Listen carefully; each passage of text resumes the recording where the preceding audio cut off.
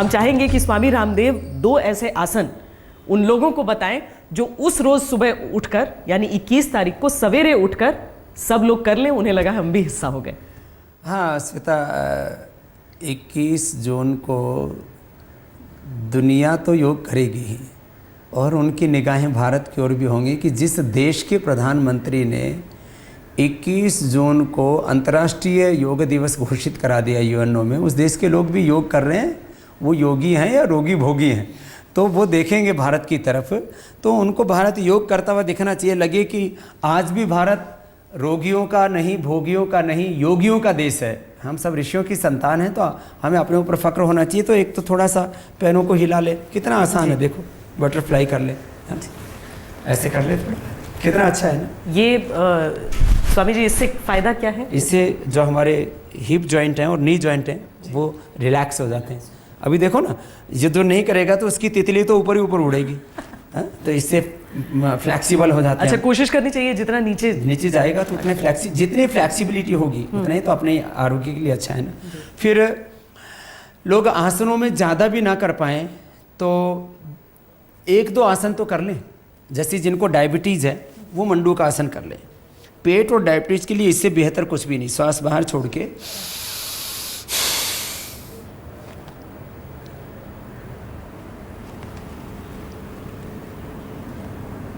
ऐसे आगे झुक गए, गर्दन को सीधा रखा, छाती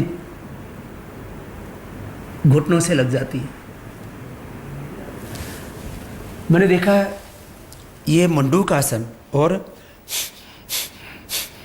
कपालभाति प्राणायाम करने से डायबिटीज़ के पेशेंट नॉन डायबिटिक हो जाते हैं।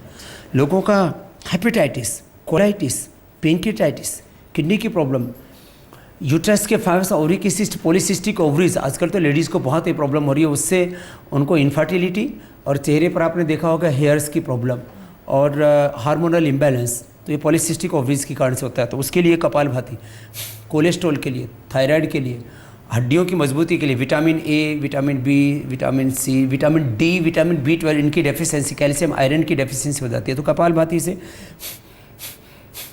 कपालभाति और ये अनुलोम विलोम, मैं कहता हूँ ये 2 तो कभी नहीं छोड़ने चाहिए। माने यदि हम 2 भी करते रहें तो देखो,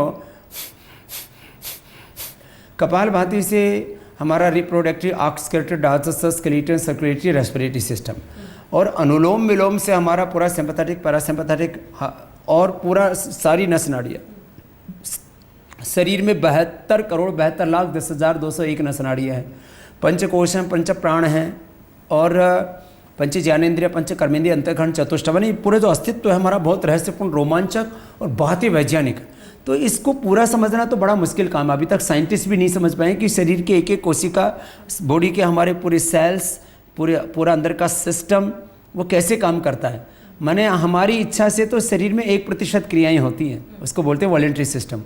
ऑटोनॉमिक सिस्टम माने हमारा ब्रेन, हमारी आइज़, हमारा हार्ट और हमारा पूरा इंटरनल सिस्टम तो ऑटोमेटिक ही काम करता है। तो अनुलोम विलोम से हमारा पूरा का पूरा सिस्टम, सारी नसनाड़ियाँ, जिसको ईड़ा, पिंगला, सुषुम्ना सब कहते हैं, और कुंडलिनी, जागरण, ये सारा कुछ हो जाता है। तो ये बाएं से लिया, दाएं से छोड़ दिया, दाएं से लिया, बाएं से छोड़ दिया। कम से कम 5 मिनट कपालभाति, 5 मिनट अनुलोम विलोम। कोई भी आसन में बैठ जाएं, नीचे ना बैठे जाते कुर्सी पर बैठ करके कर लें, इतना कर लेंगे। और थोड़ा सुबह उठ करके पानी पी लें, फिर फ्रेश हो करके ये योगाभ्यास कर लें। खान पान पर थोड़ा सा ध्यान रखें और कोशिश करें खुश रहने की।